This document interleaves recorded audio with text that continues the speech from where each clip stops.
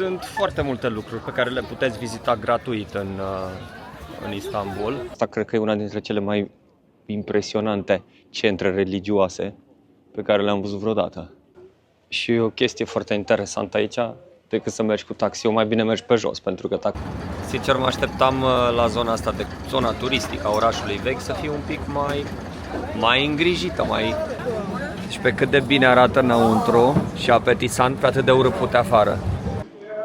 Bă, clar să nu faceți asta ca să le supravegheați. Mama, ieșiți. Am luat-o. Ce ai pățit, Marius? Am capsat urcaletul. Te-a ușurat de bani, a? Aoleu, zici că m-am întors de picioare așa. Ia ultimele lire turcești. Vina mea, practic, am acceptat serviciile. Trebuie să aveți grijă, să ziceți nu, dacă v-ați înțeles doar la 2 servicii cu ei și la un anumit preț, nu mai acceptați altceva nimic, decât dacă întrebați cât costă, altfel nu. Bine ați venit în Istanbul, unul dintre cele mai mari orașe din lume, cu o populație de peste 15 milioane de locuitori. Aflat la granița dintre 2 continente, Asia și Europa, Istanbulul este locul unde trecutul întâlnește viitorul, iar cultura și istoria se împletesc într-un mod unic. De la moschei impunătoare, care păstrează poveștile unui imperiu, la zgârie enorm moderni ce simbolizează progresul, acest oraș este un testament al vechiului și noului. Haideți să descoperim împreună farmecul acestui oraș minunat.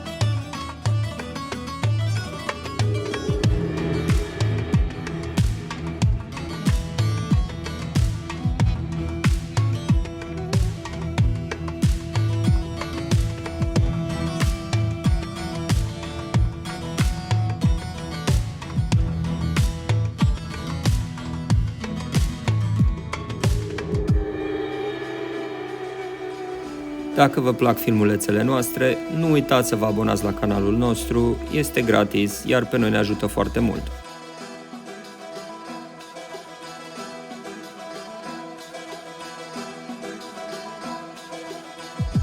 Ne-am cazat în Istanbul și vreau să vă arătăm camera noastră de hotel. E super mare și foarte, foarte mișto. Da, pe patul ăsta în cap și pe lung și pe lat și pe curmeziș. Mamă! Nu ne mai găsim unul. Stai, sunt pe margine. În patul ăsta clar nu o să ne deranjăm la noapte.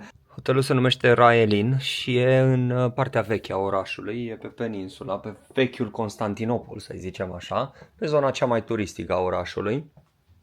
Și de aici undeva la 20 de minute, cred, de mers pe jos, cam până la toate obiectivele. De asta am și ales hotelul și ne-a plăcut că pare modern și așezat destul de strategic și a fost și ok la preț. Dacă nu mă înșel, cred că am plătit 100 de euro pe noapte și stăm 3 nopți, deci ne-a costat 300 de euro în total. Uite ce lift pe bogăție au ăștia, poleit în aur tot. Asta e cea mai mică înghețată pe care am mâncat-o vreodată, înghețata de bebeluș și probabil și cea mai scumpă. Ca să înțelegeți cât de mică e. Mică, adică o prinzi în mână toată, n-ai. Ce bună e. E cea mai scumpă înghețată sau nu? Două de astea 10 lei? 9 lei. Da, să Bună dimineața și bine ați revenit la un nou vlog. Astăzi suntem în Istanbul, un oraș plin de culoare, plin de nebunie, plin de trafic, plin de ce vreți voi.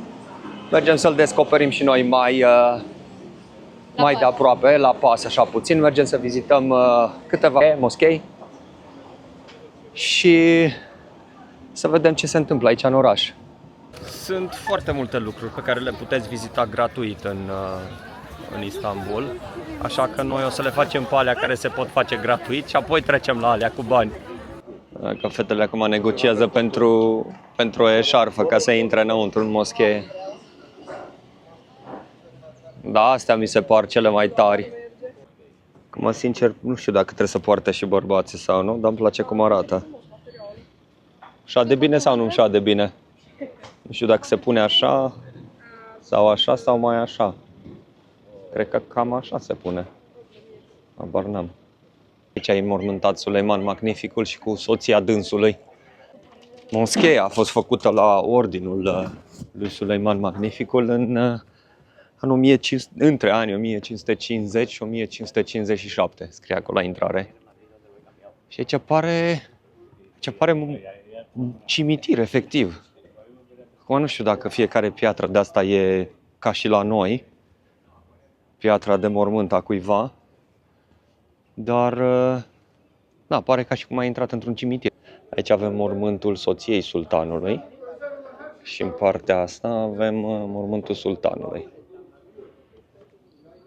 Și aici avem moscheea. Și aici îl avem pe Marius, care se gândește, în care să intru, în mormântul soției sau în mormântul sultanului? Gata, am debarasat papucii. Hai să vedem cum arată înăuntru. Asta e al lui Suleiman, că l-am identificat după anii de naștere și de deces. Cum s-ar zice, 1494-1566.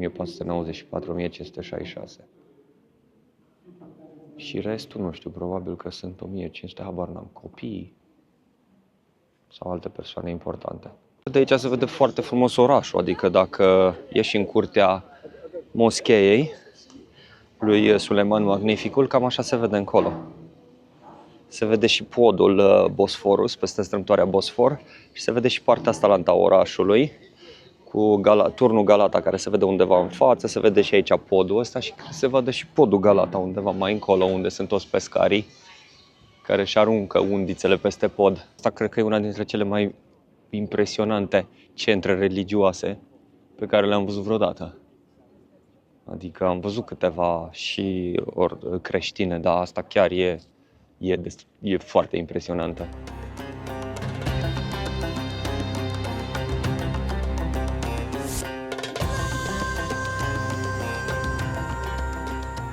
Mamă, ce bine și rece pe marmura asta. Să intrăm și înăuntru acum, dacă tot am venit aici. Dacă vii fără echipament adecvat, poți să iei de aici, de la intrare. Și pentru bărbați și pentru femei poți să iei.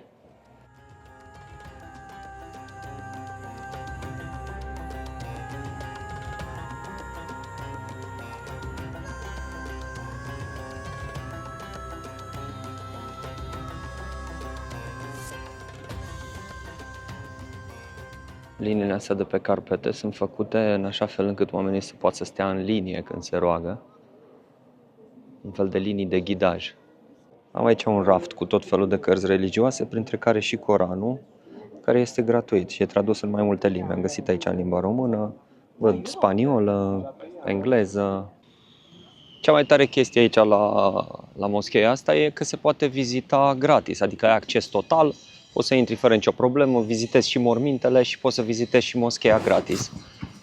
Și chiar dacă nu ai echipamentul necesar, ce știu, dacă nu ai șarfe sau alte chestii, ca să te acoperi, îți dau ei dinăuntru. Nici nu știu ce să zic, ce impresie mi-a făcut până acum. E un oraș cu de toate, se vede că e un oraș, cel puțin pe partea asta turistică, axat pentru comerțul cu turiști. Și o chestie foarte interesantă aici, decât să mergi cu taxiul, mai bine mergi pe jos, pentru că taxiul face cam același timp.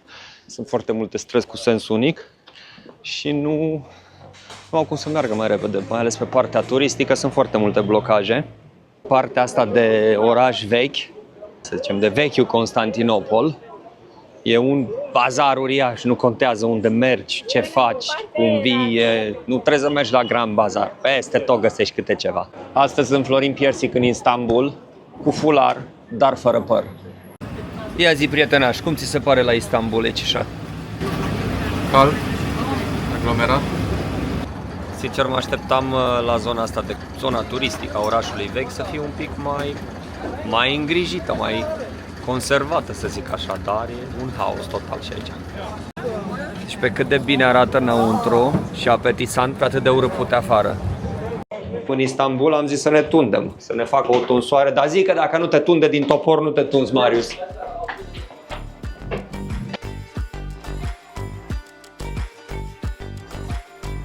Mai impune păr extra sau doar miliard?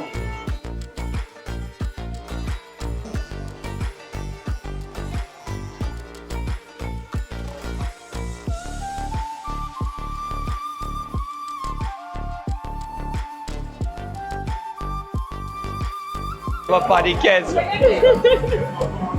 Și că mă pregătește de vreo operație acum. Bă, clar să nu faceți asta ca să ne supravegheați. Mama, ieșiți. Arăt acum. Acum arăt, zici că sunt în flăcări.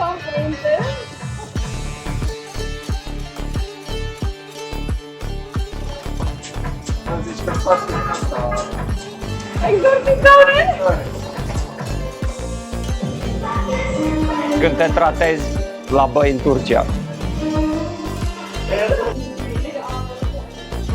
Înainte și după. Ce ți s-au curățat urechile? O chestie foarte interesantă cu frizeriile astea aici. Da, ne-a tuns, ne-am băiat, ne-a spălat, dar trebuie să aveți grijă. Pentru că în momentul când te termină de tuns și așa, tot îți adaugă de aia, să spun și mască, să spun nu știu ce. Și dacă nu ai grijă, toate tratamentele astea de păr și măști și așa, costă o grămadă. Deci ei te atrag înăuntru cu prețul tunțului, care e, nu știu, 400 de lire sau ceva de genul, 600 cu tot cu barbă. De lire turcești. De lire turcești, corect. Și care e un preț foarte mic. Și după aia înăuntru, cumva așa, el zice, da, spun mai aici nu știu ce, spun aici nu știu unde. Și la final te trezești că toate măștile alea, că alea practic costă mult. Gen 20-30 de euro și spune 4 măști de alea și un tratament la păr și te trezești că plătești 100 de euro la final. Prostia noastră a fost că n-am întrebat cât costă măștile astea, știi? Sincer, nu te aștepți ca un tratament facial și o mască să fie atât de mult. Te negociezi cu ei la final, dar sub 100 de euro nu ieși, așa că... Am luat-o. Ce ai pățit, Marius? Ne-am capsat urcaletul. Nu numai că ne-a tuns, ne-a și capsat. La buzunar de ne-am doit. Te-a ușurat de bani, a? Aoleu, zici că m-am întors de picioare așa. Ia ultimele lire turcești. Și am ajuns și la Sultan Ahmed, sau Moscheea Albastră. Și e singura de aici, din zona de oraș vechi, care are 6 turnuri de astea, 6 minareturi. Hai să încercăm să vedem dacă putem face o românească, să tăiem toată coada asta. Cristina mea au crezut ăștia că e turcoai, că au lăsat-o să intre pe aici, pe la localnici, pentru că pe aici, pe unde nu-i coadă, intră localnicii, pe partea cealaltă intră vizitatorii. Deci Cristina s-a scos. Aici dai jos papucii și ei cu tine, ei în mână, nu mai sunt șanse să ți-i fure nimeni. Localnica care intră pe la localnici. Am intrat, nu știu cum am intrat, dar am intrat.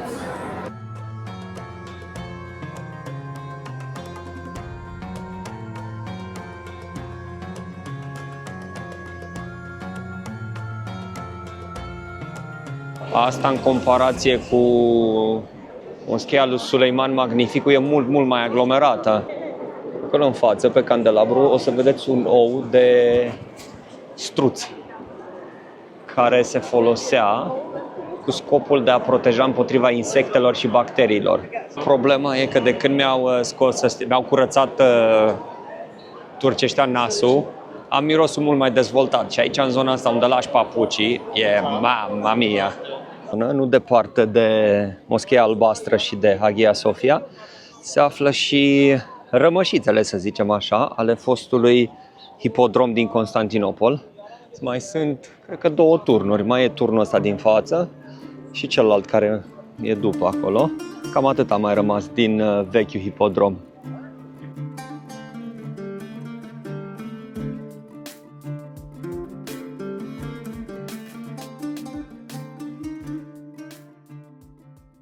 Moscheea Albastră și Hagia Sophia se află la distanță de, nu știu, 500 de metri, 1 kilometru între ele, nici atâta, 500 de metri cred că între ele. Sunt despărțite practic de parcul ăsta de aici.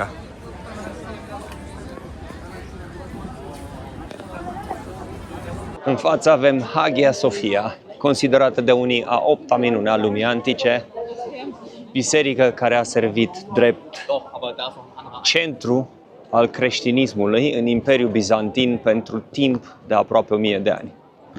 Apoi a fost cucerită, apoi de fapt Constantinopol a fost cucerit și a servit drept centru religios pentru musulmani timp de aproape 500 de ani, până în anul 1935, când primul președinte al Turciei, Mustafa Kemal Atatürk, a transformat-o în muzeu. Iar apoi în anul 2000, actualul președinte al Turciei, Erdogan, a băgat-o înapoi la categoria de moschee și cred că de anul trecut sau ceva de genul se plătește taxă de intrare și nu se mai poate vizita partea de jos, se poate vizita doar partea de sus a clădirii și acum mergem și noi să vedem cât costă intrarea. Am scanat acolo în spate un QR code și ca să sari toată linia, să sari coada de la intrare, costa 50 de euro. Timp de, nu știu, mulți ani, Turcia a fost una dintre cele mai ieftine țări să le vizitezi. Acum, sincer, cu prețurile astea, 50 de euro, 60 de euro, 40 de euro, sunt mai scumpi ca Londra. Adică în Londra nu cred că e vreo atracție turistică care să coste 50-60 de euro. Maxim 30-35, n-ai cum, e foarte scump. Dacă toți oamenii ăștia merg să viziteze moscheea, gândiți-vă, 30-40 de euro la fiecare persoană care intră, făcut o groază de bani. Da, dacă asta e coada, e gravă situația. Coada e pe stânga, noi mergem pe exit. Da, noi mergem pe exit. Bine, mergem și noi să vedem cât costă un bilet fără să sari coada. Un bilet normal. Am văzut că e 25 un bilet. Acum 25 de euro nu e așa de mult. Dar să stai la coada asta așa și nu pare că merge la fel de repede ca în partea cealaltă. Pare că merge mai greu. Oricum, ideea e să, dacă puteți să evitați weekendurile, să veniți să vizitați Istanbulul, că atunci e cel mai aglomerat. Păcat că nu se vede foarte bine, o renovează, acum e plină de schele pe toate, și pe minareturile astea sunt schele și pe clădirea în sine, pe clădirea principală sunt ridicate schele, probabil că o renovează tot acum. O altă atracție turistică foarte cunoscută aici în Istanbul e Palatul Topkapi, care a fost construit de Mehmet al II-lea imediat după cucerirea Constantinopolului și de atunci a fost casa sultanilor turci până la căderea Imperiului Otoman după primul război mondial.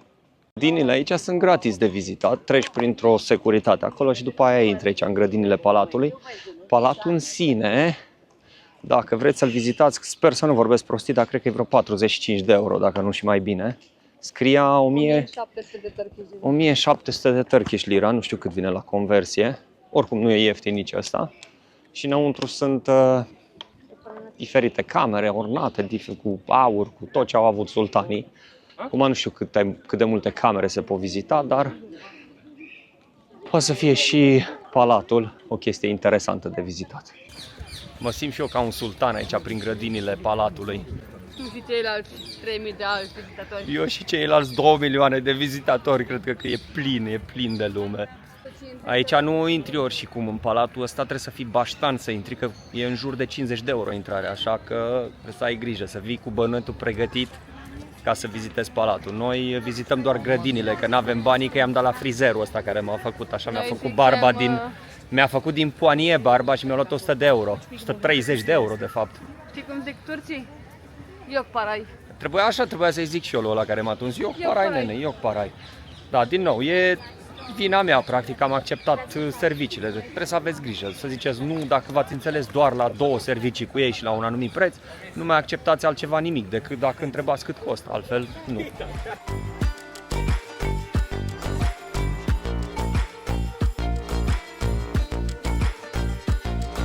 Aici se termină aventura noastră, că de aici trebuie să mergi să-ți cumperi bilet și aici intri în palat, că aici sunt zidurile palatului.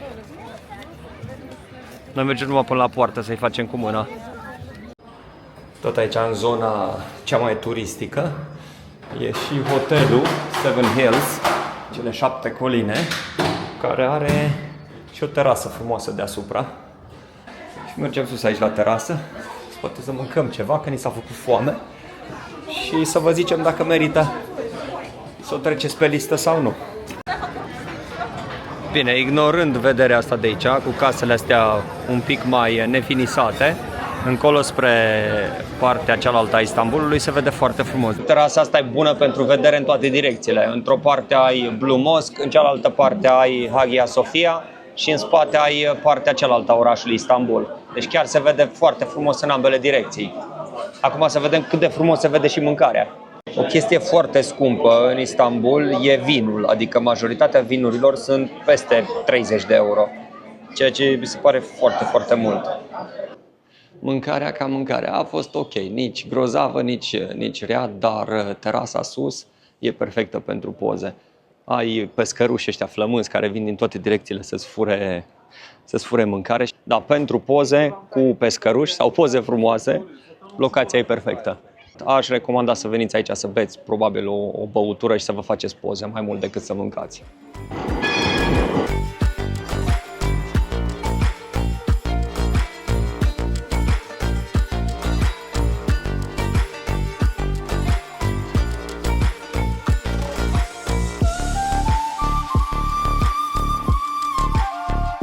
Îți faci poze acolo cu fetele și îți mai au niște bănuți. Sunt îmbrăcate în costume populare, pac, a venit, a băgat pozica și ți-a luat bănuții.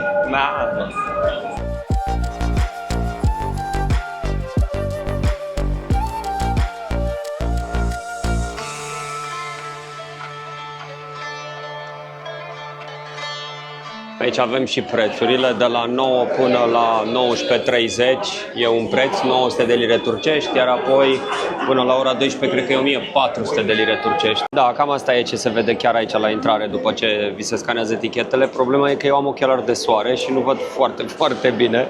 I-am ridicat sus și da, se vede, da, na. Probabil că mai bine e să veniți seara, când se aprind toate luminile astea mult mai puternic și se vede și mai bine. Și e și mai scump biletul. E și mai scump biletul, da, cu vreo 400 de lire, 500 de lire mai scump biletul.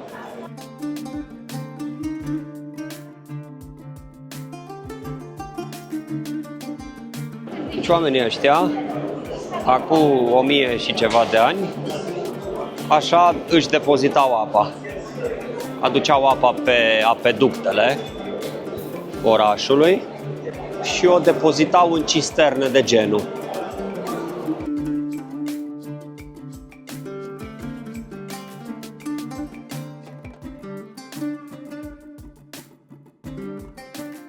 E foarte mare cisterna asta, adică e de o suprafață generoasă, ai unde să te plimbi, sunt o grămadă de coloane.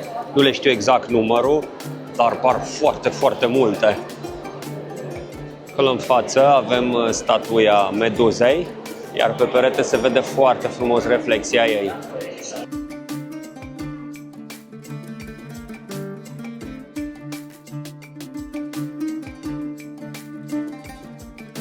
Foarte interesantă experiența. Merită să veniți la Cisterna Basilica să o vedeți. Noi mergem acum să vedem cum arată un apeduct roman noaptea. Pe ziua n-am putut să vedem. Că ziua nu l-am văzut, mergem să-l vedem noaptea și să vedem cum arată și Istanbulul noaptea. Am descoperit, nu e universitate, e primărie și avem aici din nou drapelul Turciei și cu o imagine a lui Atatürk. Omul ăsta chiar e iubit aici, e peste tot, peste toate clădirile, prin toate restaurantele. Oameni patrioți, ce mai? Și am găsit și 100 de ani Istanbul. Foarte frumos. Istanbul arată foarte bine și noaptea. Sincer, aș zice că arată mai bine noaptea decât ziua. Mai liniștit în primul rând. E mai liniștit și nu vezi toate detaliile. Se mai ascund așa în întuneric. Că deja se vede aici printre copaci. Se vede foarte frumos. Viaduct. Viaduct de pe timpul romanilor.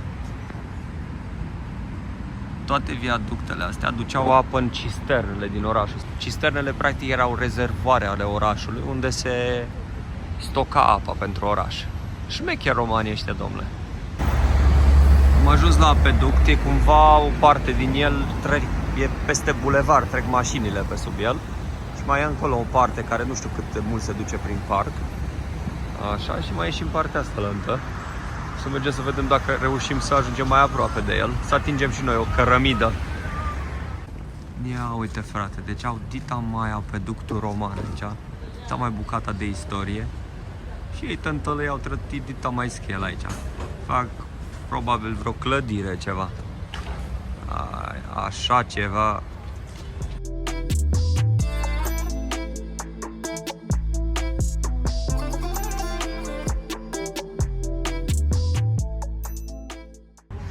Cam asta e pentru seara asta, pentru tura asta din Istanbul.